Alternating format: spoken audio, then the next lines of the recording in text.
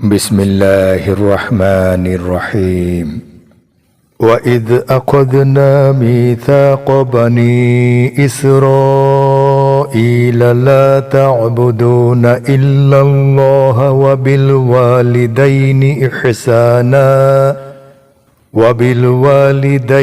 إحسانا وذي القربى واليتامى والمساكين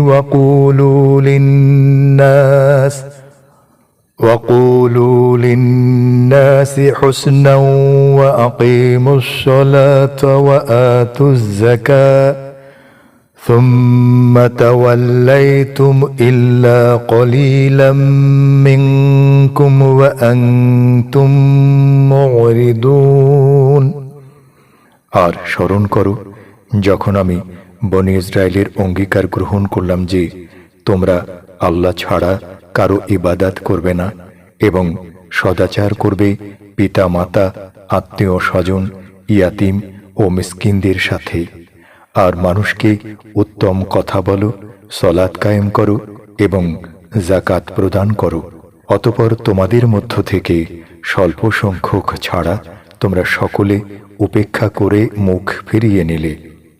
وَإِذْ أَخَذْنَا مِيثَاقَكُمْ لَا تَسْفِكُونَ دِمَاءَكُمْ ولا تخرجون أنفسكم من دياركم ثم أقررتم وأنتم تشهدون। আর যখন আমি তোমাদের অঙ্গীকার গ্রহণ করলাম যে তোমরা নিজদের রক্ত প্রবাহিত করবে না এবং নিজদেরকে তোমাদের গৃহসমূহ থেকে বের করবে না, অতঃপর তোমরা স্বীকার করে নিলে আর তোমরা তার সাক্ষী। ثم أنتم هؤلاء تقتلون أنفسكم وتخرجون فريقا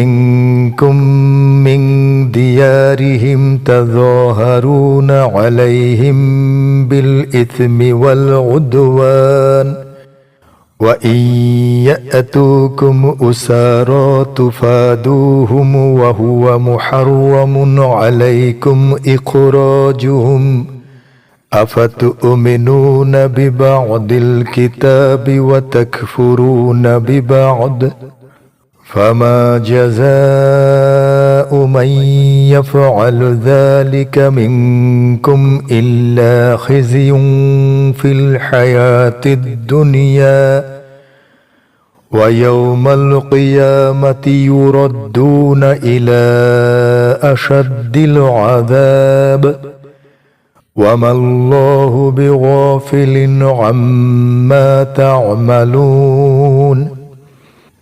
অতঃপর তোমরাই তো তারা যারা নিজদেরকে হত্যা করছো এবং তোমাদের মধ্য থেকে একটি দলকে তাদের গৃহ থেকে বের করে দিচ্ছ পাপ ও সীমালঙ্ঘনের মাধ্যমে তাদের বিরুদ্ধে সহায়তা করছো।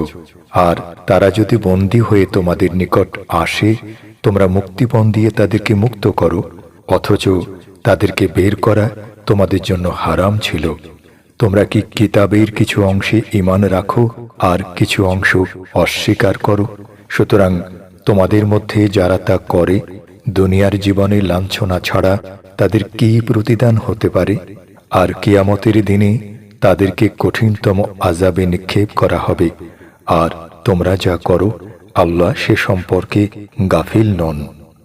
أولئك الذين اشتروا الحياة الدنيا بالآخرة فلا يخفف عنهم العذاب ولا هم ينصرون। তারা আখিরাতের বিনিময়ে দুনিয়ার জীবনকে খরিদ করেছে, সুতরাং তাদের থেকে আযাব হালকা করা হবে না এবং তারা সাহায্যপ্রাপ্ত হবে না।